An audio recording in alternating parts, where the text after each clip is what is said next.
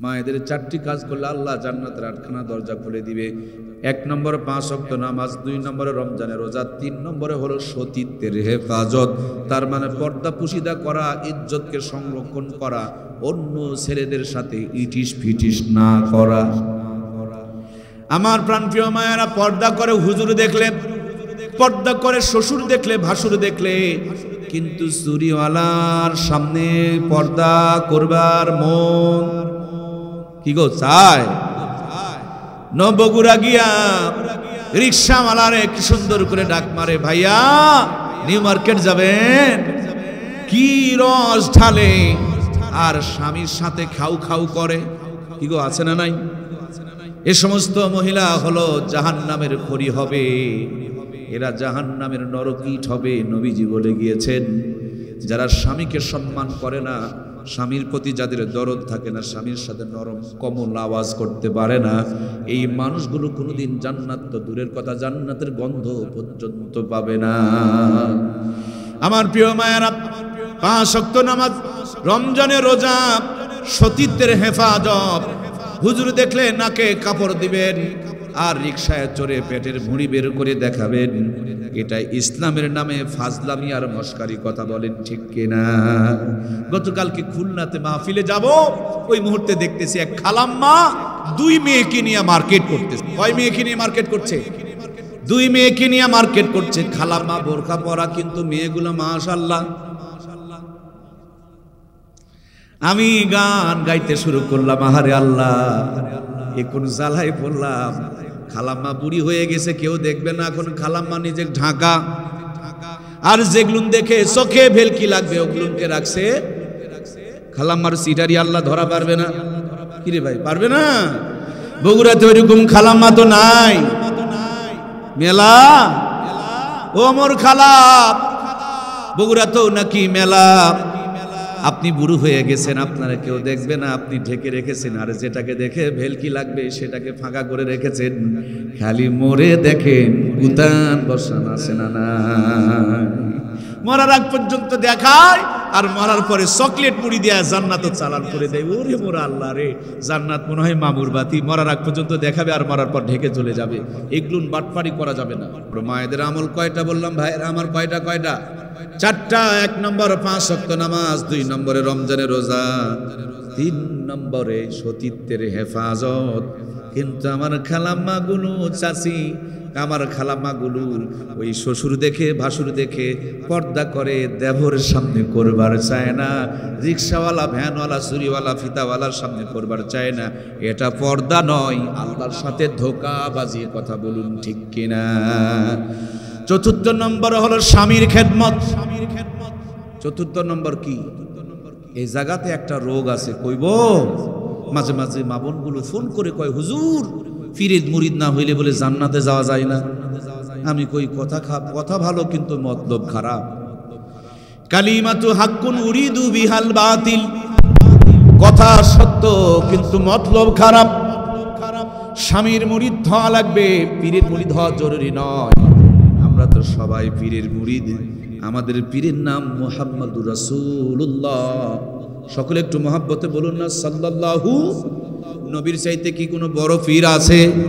তাইলে আমরা সেই পীরের মুরিদ আসি, আবার নতুন করে পীরের মুরিদ হওয়ার দরকার। তারপরে যদি হন হক্কানি পীরের মুরিদ হবেন, গাঁজাখোরের কাছে যাওয়া যাবে। লবণ আর চিনি দেখতে একই মতন, কিন্তু কোন বেকুব কি চিনির টাকা দিয়া লবণ কিনে? এই বাংলায় বহু বেকুব আছে, হক্কানি পীরের নামে মাসালা নেয় আর ভণ্ডর কাছে গিয়া হুমরি খায়। আছে না নাই? আমার প্রিয় ভাইয়েরা, দুর্ভাগ্য হলো আমার মায়েদের জন্য, আমাদের সবার পীর হলো মুহাম্মদুর রাসূলুল্লাহ। এরপর 2 নম্বর মেয়েদের একটা পীর আছে, ওই পীরটার নাম বলবো। মন খারাপ করবেন না তো আবার। আপনারা মন খারাপ না করলেও মায়েরা মন খারাপ করবে। 1 নম্বর পীর হলো মুহাম্মদুর রাসূলুল্লাহ, আর 2 নম্বর পীরের নাম হলো স্বামী ধন। মেয়েরা ন্যাংটা বাবার কাছে মুরিদ হবে, ভাতারের কাছে মুরিদ। এই কথা বলেন না কে? বইয়ে কোভাবে তার জন্য চুপ করে আসেন। আজকে কালকে মাহফিল করার পর এক মহিলা আমার কাছে মুরিদ হবে। আমি কই মুরিদ বানাই না, আমি না আপনার ভালো লাগছে, আপনার কাছে আমি মুরিদ হব। আমি মুরিদ বানাই না রে ভাই, উনি মুরিদ হবে আমার কাছে। লাস্টে ওনার স্বামী ডেকে নিয়ে আসছে। আমি বললাম আমার কাছে মুরিদ না হয়ে ওর কাছে মুরিদ হন। তারপরে তিনি মুরিদ হতে চায়। বাড়িতে আফসোস করে বলতেছিলাম, আমি আমার বউকে বলছিলাম, আরে আজ পর্যন্ত যদি মুরিদ বানাইতাম নিম্নে 10-12 লাখ মহিলা মুরিদ হয়ে যেত, কিন্তু বউ তো মুরিদ হলো না। কেউ আপনাদের বউ মুরিদ হয়েছে নাকি? কোবেন ডানে যাবে বামে। গাঁজাখোরের মুরিদ হবে, পাগলার মুরিদ হবে, ন্যাংটার মুরিদ হবে, কিন্তু ভাতারের মুরিদ কথা কয় না কেন রে ভাই রে? হয় নাকি কোবেন ডানে যাবে বামে। আমি মোল্লা কোন মহিলার কবরের কিনারে দাঁড়ায় যদি কই আল্লাহ এই মেয়েটার জান্নাত দিয়ে দাও, আমার দোয়া কবুল হওয়ার 1% ওয়ারেন্টি নাই। কিন্তু ওই মেয়েটার স্বামী রিক্সাওয়ালা, ভ্যানওয়ালা, মেথর, চাকর, কামার, কুমার, জেলে, তাঁতি যাই হোক না কেন, বইয়ের কবরটা সামনে নিয়ে যদি বলে, ও মোর আল্লাহ, মরার আগ পর্যন্ত আমি আমার বিবির প্রতি রাজি আর খুশি ছিলাম, তুমি রাজি খুশি হয়ে যাও। মদিনাওয়ালা বলেন মেয়েটার জন্য জান্নাত ওয়াজিব হয়ে যাও। কিন্তু মেয়েরা ভাতারের মুরিদ হতে রাজি। এ কইল না রে কোভাবে না রে ভাই, কোন সত্যটা কোন আহারে আহা, এ কি যে জ্বালা। মেয়ে মানুষ কি চিনা বড় মুশকিল। ওই মেয়ের ভাত বাবায় ভাত পেল কিনা, মায়ে ভাত কাপড় পেল কিনা, সেই চিন্তা করতে করতে চুল পাকায়া দেয়। আর ভাতারের মাও গড়াগড়ি করতেছে, ওইদিকে কোনো নজর। কথা বলেন না কা? স্বামীর বাবার বাড়ি থেকে 3 জন মেহমান আসে, মুখ ফুলে ডোল হয়ে যায়, ধ্যাক করে গামলা থয়। মেহমানকে সিগন্যাল দেয় বেশি আসা যাবে না। দুপুর বেলা স্বামীর বাবার বাড়ি লোকজন চলে আসছে, বৈকাল বেলা বাবার বাড়ির থেকে আসছে 15 জন। এখন কি মুখ ফলে? এখন ঈদের আনন্দ শুরু হয়ে যায়। ফ্রিজ খুললেই খালি গোস্তের টুকলা বের হয়। একই হাতে 3টা-4টা করে তরকারি রান্না করে। ভাইয়ের সামনে দাঁড়ায় কয়, নে ভাই নে, আর 2 পিস নে, তুই তো আসিস না। স্বামীর বাড়ির লোকজনকে এক মতন, আর বাবার বাড়ির লোকজনকে আর এক মতন। এগুলো কি মুনাফিকি নয়? আল্লাহ এলাকার মা বোনগুলোকে ইমানদার বানিয়ে দেখ, বলুন আমিন। স্বামীর বাড়ি আর বাবার বাড়ির লোকজনগুলো এক নজরে দেখতে হবে, এটা জান্নাতি মেয়েদের আলামত। আল্লাহ আমার মা বোনগুলোকে এই জান্নাতি হওয়ার তৌফিক দেখ, বলুন আমিন। ভাতারের বাপ মাকে যদি জ্বলান, বাংলা ওয়াজ করিচ্ছি আর কি, কথা কি বোঝা যাচ্ছে? তোমার বাপ মা জ্বলবেই। তুমি এটি জ্বলাসীন, তোমার বাপ মাও কেন জ্বলবে না? বাপ মা যদি ভালো থুবা চান, স্বামীর বাপ মায়ের সেবা যত্ন করেন, তোমার বাপ মা ভালো রাখনেওয়ালা কে? হাইরে মোর মারে, মায়ে নামাজ পড়ে দোয়া করে জামাইকে আল্লাহ যেন জান্নাত পার করে দেয়। বেটা আছে, বেটার জন্য দোয়া করতে রাজি নেই। এক ভাতিজা এসে গলাটা জড়িয়ে ধরে, হাতটা চিপে ধরে বলে, খালাম্মা, এই যে জামাইকে জান্নাত পার করে দিলেন, ছেলের নামে এরা দোয়া পড়েন। বলে ওর নাম মুখতি নেওয়া যাবে না। নামাজ যখন শেষ হয়েছে, এখন জিজ্ঞেস করতেছে যে আমার দুলা ভাইয়ের কি নেক আমল জান্নাত পার করে দিলেন, আর ভাইটার কি বদামল, নামটা মুখত নিলেন না। আমি কি কব? আপনারা কি শুনবেন? মন খারাপ আবার করিচ্ছেন না তো? বলছে তোর দুলা ভাই খুব ভালো মানুষ, দুনিয়াতে এর চেয়ে ভালো মানুষই হয় না।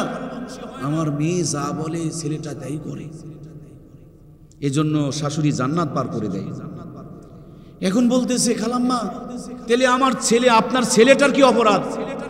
বলে ওর কথা বলিস না, ও বইয়ের ভাড়োয়া, বইয়ের কথা মতন চলে। বুঝে বলেন তো, 2 ছেলের অপরাধ কয়টা? জামাই এবং ছেলের অপরাধ কয়টা? খালাম্মা দোয়া করলো কয় রকম? একরকম না 2 রকম? একরকম কখনো দোয়া করেনি। জামাইকে জান্নাত পার করছে, ছেলের নাম মুখেই নেয়নি। কথা বলেন, অপরাধ কয়টা? 2 জনের অপরাধ একটা বইয়ের কথা মতন দুজনাই চলে, ওই বেটির কথা মতন চলে আর এটা বইয়ের কথা মতন চলে। ওটা বেটি, এজন্য জান্নাত পার করে দেয়, আর এটা মানুষের বেটি, তার জন্য আর সহ্য হয়। এনকা তাহাজ্জুদওয়ালা খালাম্মা এলাকার তো নাই, খালি যায় দেখেন কুতান নিয়ে ফেরেশতারা বসে আছে। ওর বাটপারি বোঝো না আল্লাহর ফেরেশতারা। বেটির কথা মতন চলে তাই জান্নাত পার করে দিল, আর বেটা না বইয়ের কথা শুনে তাই নামটা মুখত নিল না। এরকম স্বার্থপর খালাম্মা আছে না নাই? মেয়ে সব ভেঙে ফেলে দিয়েছে, কিচ্ছু হয় না।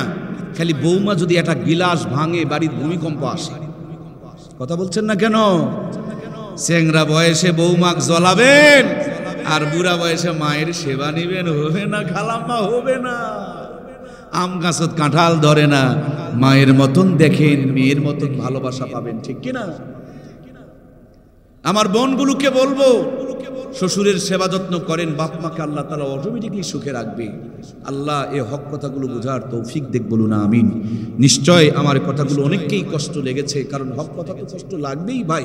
যদি কাউকে কষ্ট লাগে বুঝবেন আপনার ভিতরে ওই রোগ আছে, সেজন্যই আপনার কষ্ট লেগেছে। তওবা করেন, আল্লাহ মাফ করে দিবে, জান্নাতে চলে যেতে পারবেন। সেদিন আমাদেরকেও সাথে নিয়ে আল্লাহ একসাথে জান্নাতে আমাদেরকে কবুল করুক, বলুন আমিন। আমার বাচ্চাটাকে টিকা দেওয়া লাগবে। আমি আমার বেগমকে বললাম পরে টিকা দিলে কি হবে না। বেগম আমাকে বললেন টাইম মতন টিকা দেওয়া লাগবে, ডোজ মেনটেন করে টিকা দেওয়া লাগবে। আমি বললাম টিকা দিলে তো জ্বর আসবে, টিকা দিলে তো অসুস্থ হয়ে যাবে। আমার বেগম বললেন যদিও জ্বর আসবে কিন্তু কয়েকদিন পর জ্বর ভালো হয়ে যাবে। ছোট্টবেলায় যদি একবার টিকা দেওয়া যায় মৃত্যুর আগ পর্যন্তই সন্তান 6টা রোগ থেকে নিরাপদ হয়ে যাবে। এই জন্য আমরা নিজেরাও টিকা নিয়েছি, ছেলে মেয়েকেও টিকা দেওয়াইছি। কথা বলুন ঠিক কিনা? টিকা দিলে সন্তান যদি 6টা রোগ থেকে নিরাপদ হয়ে যায়, কোরআনের শিক্ষা দিলে নাস্তিকতা রোগ থেকে, মুরতাদের রোগ থেকে, ইসলাম বিদ্বেষী রোগ থেকে, জালেম হওয়া থেকে আল্লাহ ওই কোরআন শিক্ষা নেনেওয়ালাকে নিরাপদ বানিয়ে দেয়। প্রিয় বন্ধুরা আমার, এখানে যারা বসা সবার শরীরে শীতের পোশাক। গতকালকে খুলনায় প্রচন্ড পরিমাণ গরম, গায়ের মধ্যে এই সাধারণ পোশাকটা পর্যন্ত রাখা যায় নাই। ওইদিকে গরম, কিন্তু আমাদের উত্তরবঙ্গে পরম ঠান্ডা। ঠান্ডার জন্য সবার শরীরে শীতের পোশাক কেন পরেছেন? শীতের পোশাক পরলে ঠান্ডা লাগবে না, আর ঠান্ডা লাগলে নিউমোনিয়া হয়ে যাবে, কিন্তু পোশাক থাকলে আর নিউমোনিয়াই ধরবে না। শীতের পোশাক যদি ঠান্ডা থেকে বাঁচায় দেয়, আল্লাহর কোরআন সিনায় থাকলে আল্লাহ ওই কোরআনওয়ালাকে জাহান্নাম থেকে বাঁচায়া দেয়। আমার প্রাণপ্রিয় ভাইয়েরা, আল্লাহর হাবিব বলেছেন কিয়ামতের পূর্বে এমন একটা সময় আসবে, সকালবেলা মানুষ ঈমান নিয়ে বাড়ি থেকে বের হবে, সন্ধ্যাবেলা বেঈমান হয়ে ফিরবে। আজকে একটু ভালো করে খবর নিয়ে দেখুন, আমাদের মাঝে এমন একটা সিচুয়েশন কায়েম হয়ে গিয়েছে, ঠিক কিনা? তাহলে সকালবেলা ঈমান নিয়ে বের হবে, সন্ধ্যাবেলা বেঈমান হয়ে যেন বাড়িতে না ফিরে, তার জন্য আমাদের করণীয়টা কি? শীতের দিনে তো আমরা শীতের কাপড় পরি, বর্ষার দিনে খেয়াল রেখে দেখবেন যেই দিন বৃষ্টি হয় তখন দেখবেন কিছু মানুষ রিংকোট পরে রাস্তার মধ্যে বের হয়। রিংকোট কি আপনারা চেনেন? এটা একটা কাপড়, বৃষ্টির মধ্যে ঘোরাফেরা করবেন কিন্তু বৃষ্টির পানি উপর দিয়া স্লিপ করে চলে যাবে, ভিতরে ঢুকতে পারবে। রিংকোট পরলে বৃষ্টি গায়ের উপরে পড়বে, ভিতরে ঢুকবে না। আপনাকে যেমন বৃষ্টির থেকে বাঁচায়া দিবে, ভিজার থেকে হেফাজত করবে। এই ফিতনার জামানায় সকালবেলা মানুষ ঈমান নিয়ে বাড়ির থেকে বের হবে, আর সন্ধ্যাবেলা বেঈমান হয়ে ফিরবে। ছেলে আর মেয়েটা, ভাই আর বোনটা, নিজে আর নিজের বিবিটাকে আল্লাহ তাআলা মুনাফিক যেন না বানাই, বেঈমান যেন না বানাই, ঈমান যেন হারিয়ে না যায়। এই জন্য সিনার মধ্যে যদি কোরআনুল কারীমকে ঢুকিয়ে নিতে পারি, মেমোরিতে যদি আল্লাহর কোরআনুল কারীম দিয়ে দিতে পারি, ও ডাক্তারি, মাস্টারি, ইঞ্জিনিয়ারি, এমপিগিরি, মন্ত্রীগিরি, রাষ্ট্রপতিগিরি করবে। আমাদের বগুড়া আমাদের আজিজুল হক কলেজে পড়বে, ঢাকা বিশ্ববিদ্যালয়ে পড়বে, আমেরিকায় পড়বে, ব্রিটেনে পড়বে, জাপানে পড়বে, জার্মানে পড়বে, লন্ডনে পড়বে। সিনায় কোরআন থাকলে তাকে আর কেউ পথভ্রষ্ট করতে পারবে না। রিংকোট পরলে ঠান্ডা, রিংকোট পরলে যেমন মানুষ বৃষ্টির থেকে বেঁচে যায়, সিনায় কোরআন থাকলে বেঈমান হওয়ার থেকে আল্লাহর কোরআন ওই মানুষগুলোকে বাঁচায়া দেয়। এই জন্য জগৎবাসীর জন্য আল্লাহ যতগুলো নিয়ামত দিয়েছেন, সবচেয়ে বড় নিয়ামত হলো আল্লাহর কোরআন। কারণ এটা এত বড় দামি একটা নিয়ামত, যেখানে যেমনি যেভাবে যতটুকু যার সাথে লেগেছে, আল্লাহর কোরআনের ছোঁয়া লাগার কারণে প্রত্যেকটা জিনিসের শান, মান, মর্যাদা, মর্তবাকে আল্লাহ তাআলা তত বেশি বাড়িয়ে দিয়েছে। সুবহানাল্লাহ। তিনজন বললেন, ভাই কোরআনের সাথে কি আপনাদের কোনো শত্রুতা আছে? মুখে না বললেও কি হবে, আমাদের কোরআনের সাথে শত্রুতা আছে। কোরআনের সাথে আমাদের শত্রুতা আছে, আমি প্রমাণ করে দিব। আমাদের স্কুলে বাংলা, ইংরেজি, অঙ্ক পড়ায়, মাদ্রাসাতেও পড়ায়, কিন্তু ইবতিদায়ী মাদ্রাসাওয়ালারা একটা খারাপ কাজ করছে, একটা জঘন্য কাজ করছে, এই বাঙালির কাছে বড় অপরাধ করছে। স্কুলওয়ালারা বাংলা ইংরেজি খালি পড়ায়, কোরআন পড়ায় না। এই জন্য ওদের বিল্ডিং বেতনের কোনো অভাব হয় না, জীবন দিতে হয় না, সারা জীবন বেগার খাটা লাগে না। আর ইবতিদায়ীওয়ালারা কোরআন পড়ার অপরাধে জীবন চলে যায়, কিন্তু বিল্ডিং হয় না, বেতন হয় না। কথা বলেন ঠিক কিনা? কোরআন পড়ানো একটাই অপরাধ। আমার পাশে বসা আপনাদের এলাকার কৃতি সন্তান, চেনেন তো নাকি? আমি খুব ভালো চিনি না, তবে এতটুকু শুনেছি, বাংলাদেশে মাদ্রাসায় পড়ে প্রথম যিনি ডাক্তার হয়েছে। মাদ্রাসায় পড়লে সেনাবাহিনীতে চাকরি হয় না, পুলিশে চাকরি হয় না, এখন হয়, কিন্তু আগে তো হচ্ছিল না। এবং বিগত 16 বছরে একটা রাজনীতি দলের সমর্থক না হলে কি চাকরি হতো? চাকরি হতো না। সম্মানিত প্রাণপ্রিয় ভাইয়েরা আমার, তাহলে আমরা সুকৌশলে কোরআনের সাথে শত্রুতা শুরু করে দিয়েছি। স্কুলের বিরুদ্ধে আমি কথা বলি না, কলেজের বিরুদ্ধে কথা বলি না, কারণ আমার দেশে যেমন হুজুরের দরকার, তেমন ডাক্তারের দরকার, তেমন মাস্টারের দরকার, তেমন ইঞ্জিনিয়ারের দরকার। মাদ্রাসা থেকে হুজুর বের হবে, স্কুল থেকে ডাক্তার, মাস্টার, ইঞ্জিনিয়ার বের হবে, কিন্তু একটা কথা মনে রাখতে হবে, আগে ডাক্তার বানানো যাবে না, আগে মাস্টার বানানো যাবে না, আগে ইঞ্জিনিয়ার বানানো যাবে না। ওই সব মুসলমানের সন্তানগুলোকে আগে কোরআনের ফারমায় দিয়া 1 নম্বর ইমানদার বানায়া নিতে হবে। কথা বলুন ঠিক কিনা? এই যে মাটির উপরে বসে আছেন, এই মাটিগুলো যদি রাস্তার মধ্যে দেন ধুলা হয়ে যাবে, এই মাটিগুলো যদি পানির মধ্যে দেন তাহলে মাটি কি মাটি থাকবে না কাদা হয়ে যাবে? এই মাটি দিয়ে চুলা বানাবেন, সারা জীবন মায়েরা জাল দেবে, আগুন জ্বালাবে। চুলার মাটি পানিতে ফেলে দিলে গলে যায়, কিন্তু চুলার মাটিকে সুন্দর করে খামিরা বানায়া ইটের একটা ফার্মার মধ্যে ঢুকায়া রোদের মধ্যে কয়েকটা দিন শুকায়া লিমিটেড টেম্পারেচার মেনটেন করে ইটের ভাটায় যখন তাপ দিবেন, আগে ছিল মাটি, ইটের ভাটার থেকে বের করার পর হয়ে গিয়েছে খাঁটি। আগে পানিতে ফেলে দিলে গলে যায়, রাস্তায় দিলে ধুলা হয়। সত্যি করে বলুন তো দেখি, ইটের ভাটার থেকে বের করার পর পানিতে ফেলে দিলে কি গলে যায়? মাটি আর মাটি নাই, মাটি খাঁটি হয়ে গিয়েছে, পানি পেলে আরো মজবুত হয়ে যাচ্ছে। এই বাংলার জমিনে যখন আল্লামা সাঈদীর বিরুদ্ধে ফাঁসির রায় দেওয়া হয়, কেউ কেউ মিষ্টি খেত, আবার কেউ কেউ বুকটা পেতে দিয়ে নিজের জীবনটাকে বিলিয়ে দিত। কথা বলুন ঠিক কিনা? তার মানে যার সিনায় কোরআন ছিল, কোরআনের পাখির জন্য নিজের জীবনকে তারা উৎসর্গ করে দিতে দ্বিধাবোধ মনে করে নাই। আর যাদের সিনায় কোরআন নাই, তারা এরকম আল্লাহর একজন ওলিকেও ধর্ষণের মামলা দিয়া আসামি বানায়া জেলে ঢুকাতেও দ্বিধাবোধ করে নাই। কথা বলেন ঠিক কিনা? ওর বাবা মাও মুসলমান, এর বাবা মাও মুসলমান, ওর দাদাও মুসলমান, এর দাদাও মুসলমান, ওর দাদাও নানা মুসলমান, এর নানা মুসলমান। পার্থক্য হলো ওর কলিজায় কোরআন আছে, এর জন্য আলেমদের পক্ষে রক্ত ঢেলে দেয়, আর এর কলিজায় কোরআন নাই, আলেম দেখলেই অ্যালার্জি আর চুলকানি বেড়ে যায়। মনে বড় জ্বালারে পাঞ্জাবিওয়ালা। বগুড়ায় এই পাঞ্জাবিওয়ালাকে দেখলে চুলকায়, এরকম মানুষ তো নাই। কেউ কথা কইতেছেন না কেন গো? জোরে গেলে কয় দাওয়াত পাইছে, ধীরে হাঁটলে কয় বেশি খাইছে। আছে না নাই? কি রে ভাই, মুসারু তাসারু মদারু গাজারু দেখে তোমার জ্বলে না? খালি দাড়িওয়ালা, টুপিওয়ালা, পাঞ্জাবিওয়ালা, জব্বাওয়ালা দেখলে তোমার জ্বলে? তুমি কি আবু জেহেলের দলে? কেন তোমার জলে? আমার বাড়ির পাশে এক বেচারিকে সাপে কামড়াইছে, ছোট্ট মানুষ, সবাই দেখতে গিয়েছে, আমিও গিয়েছি। ওনারে কাঁচা মরিচ খেতে দিয়েছে, শুকনা ঝাল খেতে দিয়েছে, নিমের পাতা খেতে দিয়েছে। যাকে বিষ লাগছে সে খায় আর বলে মিষ্টি লাগে। সত্যি করে বলেন তো, নিমের পাতা মিষ্টি? ঝাল, কিন্তু উনি বলে মিষ্টি। আমি অবাক হয়ে গেলাম, কি গো, নিমের পাতা আবার কেমনে মিষ্টি হয়? কিন্তু ওরজা বেচারি বলতেছে একে জাতি সাপে কামড়াইছে, এর বিষ লাগছে, আর বিষের কারণে তার রুচি চেঞ্জ হয়ে গিয়েছে। টক আর টক লাগে না, তিতা আর তিতা লাগে না, ঝাল আর ঝাল লাগে না, সব মিষ্টি লাগতে শুরু করে দিয়েছে। বিষ নামিয়ে ফেললো, এরপর আবার পরীক্ষা করতে শুরু করলো। মুখে দিতেই হাহু করে, মুখে দিতেই তিতা বলে থু থু করে ফেলে দেয়। যেই বাংলার জমিনে মুসলমান কোরআনের মাহফিলে আসে না আর যাত্রার প্যান্ডেলে জায়গা দেওয়া যায় না, বুঝতে হবে এই মুসলমানদের ইমানের মধ্যে ভাইরাস ধরেছে, শয়তানের বিষ লেগেছে। এজন্যই তাদের দাড়ি টুপিওয়ালা দেখলে জ্বলে, কিন্তু নাস্তিক মুরতাদ দেখলে তাদের জ্বলে না। কথা বলেন ঠিক কিনা?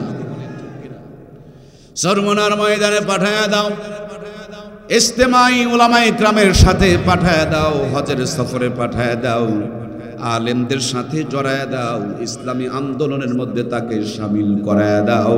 ভিতর থেকে যখন শয়তানি বিষগুলো নেমে চলে যাবে, ওই লোকটার দাড়ি আর টুপিওয়ালার বিরোধিতা করবে না, সে অটোমেটিকলি নিজে নিজেই দাড়ি আর টুপিওয়ালা হয়ে যাবে। কথা বলুন ঠিক কিনা?